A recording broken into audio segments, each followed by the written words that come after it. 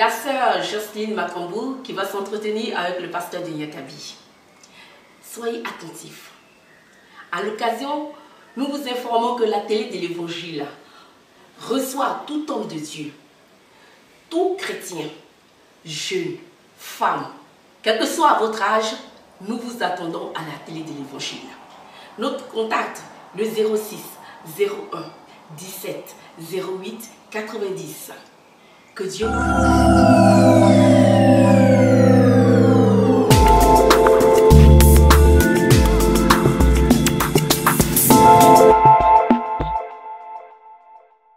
Bonjour, pasteur Hervé Michel de Nyakabi. Bonjour, sœur Jean-Line.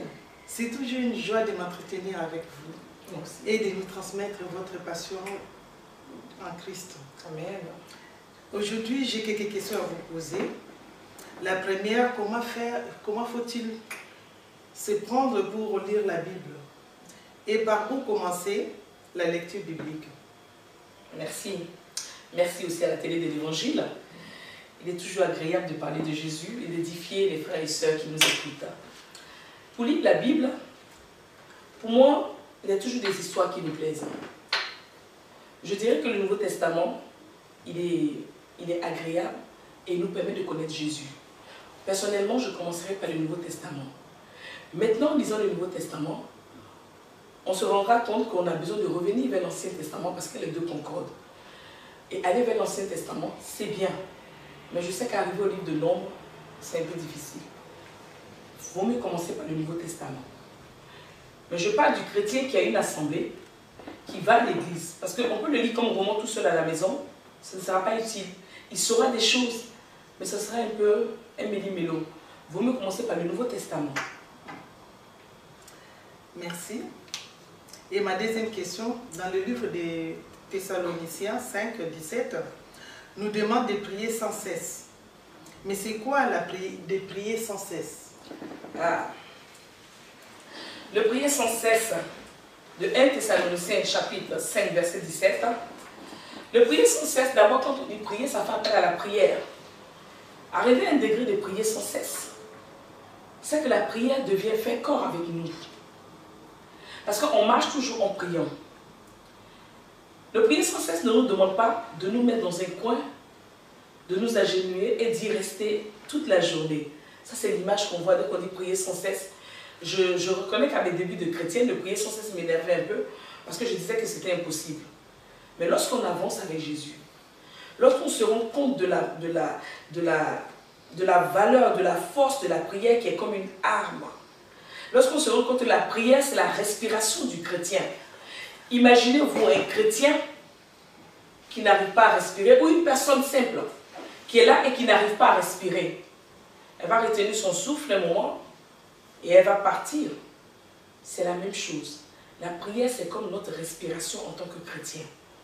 Et lorsque nous prions, nous sommes toujours en contact avec le ciel. Le serviteur, l'enfant de Dieu qui marche, a les pieds sur terre, mais il a la tête connectée au ciel.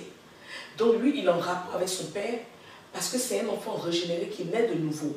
Donc son âme réelle, c'est la prière. Je dirais que le prier sans cesse, on va s'appuyer sur Éphésiens 6, 18 qui nous dit « Faites en tout temps par l'Esprit toutes sortes de prières et de supplications. Veillez à cela avec une entière persévérance et priez pour tous les saints. » Je prends l'exemple d'un chrétien qui va dans une rue et l'atmosphère elle-même est chargée.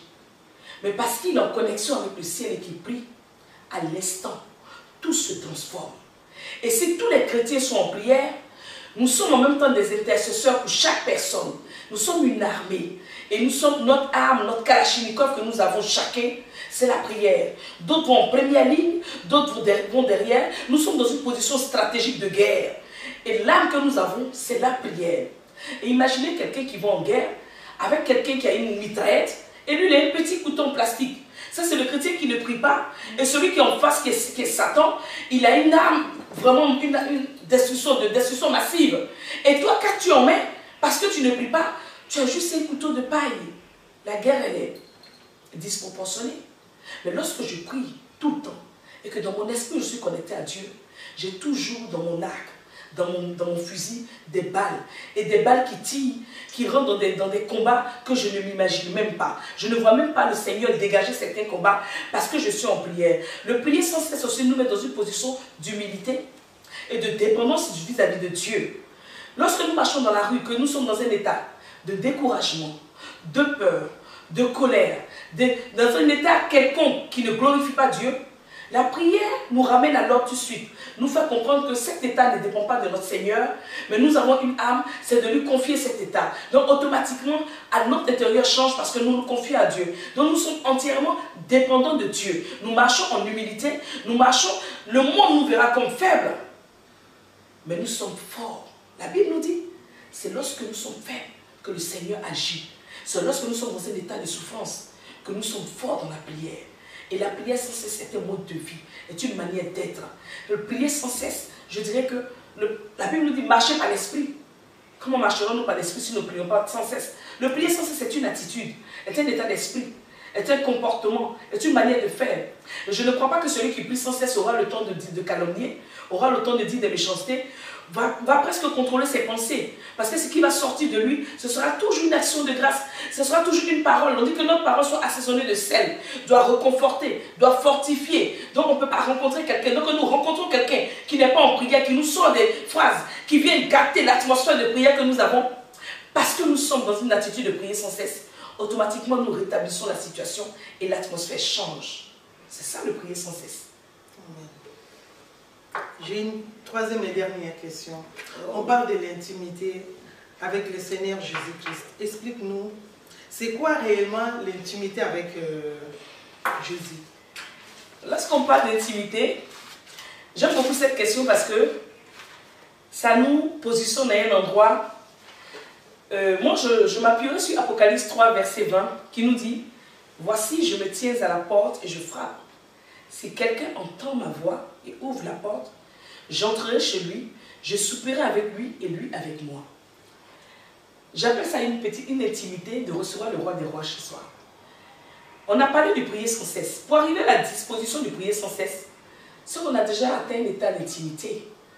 Et on n'est pas intime avec quelqu'un qu'on ne connaît pas. On est intime avec quelqu'un qu'on a l'habitude de recevoir. Parce qu'au début, les relations s'en vont doucement.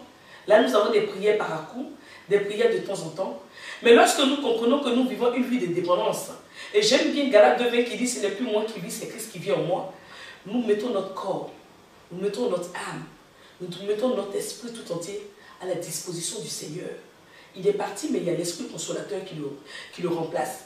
Et l'Esprit consolateur n'est pas fait pour rester dans notre chambre. Il n'est pas fait pour agir tous les dimanches. Il est là pour être avec nous chaque jour, à chaque instant. Et lorsque je parle d'intimité avec Dieu, moi j'appelle ça mon intimité d'amoureux. C'est un temps que je réserve au Seigneur. Et ce temps est vraiment pour lui. Pour comprendre qui il est. Pour lui poser toutes les questions. Pour me mettre à ses pieds. N'a-t-il pas dit aux apôtres, attendez d'avoir le Saint-Esprit? C'est dans un état d'attente, de réception. C'est vrai que le Seigneur à ce rendez-vous viendra si vous êtes fidèle. Lui, il est déjà fidèle. Mais à vous de respecter votre rendez-vous. Moi, j'appelais cette intimité mon moment que j'ai avec Jésus. Je donne une heure qui est un exemple. Ça peut être 3 heures du matin. Ça peut être 4 heures du matin. Vous choisissez l'heure qui vous convient. Mais ce jour-là, ce n'est pas une intimité où on regarde la télévision. Ce n'est pas une intimité où le portable est là pour vous cliquer dessus. Ce n'est pas une intimité Facebook. Mais c'est une intimité réellement où on a rendez-vous avec le roi des rois, le prince. Où on a rendez-vous avec le prince de paix. Et ce jour-là, il tape à ta porte. Il dit, je tape à la porte. Celui qui entend ma voix, celui qui est disposé à entendre ma voix. Et pour attendre la voix de quelqu'un avec qui on va souper, c'est qu'on a dressé la table. C'est qu'on a mis les bougies. C'est qu'on a mis les assiettes, les belles assiettes. Ça, c'est la disposition de notre cœur. Et nous l'attendons. Et lorsqu'il vient, il sait qu'on l'entend. Il dit, nous souperons ensemble.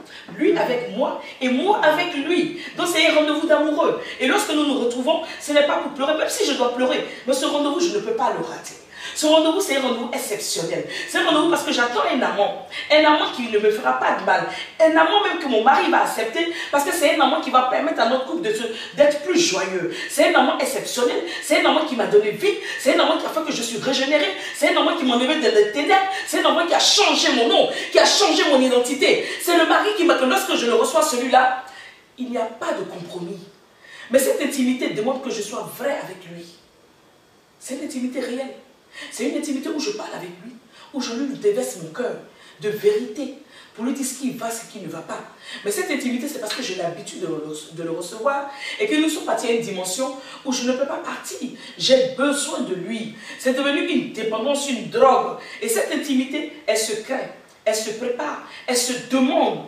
Et il faut la vouloir. Et il faut être prêt à s'abandonner entièrement, à se donner entièrement corps, âme et esprit à ce Dieu-là.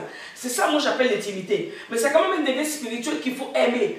Et il n'y a pas de dimension dans le sens où, lorsqu'on aime Jésus, on crée cette intimité tout de suite. Parce qu'on veut lui parler. J'espère que je ne vous ai pas emballé dans mon intimité avec Jésus.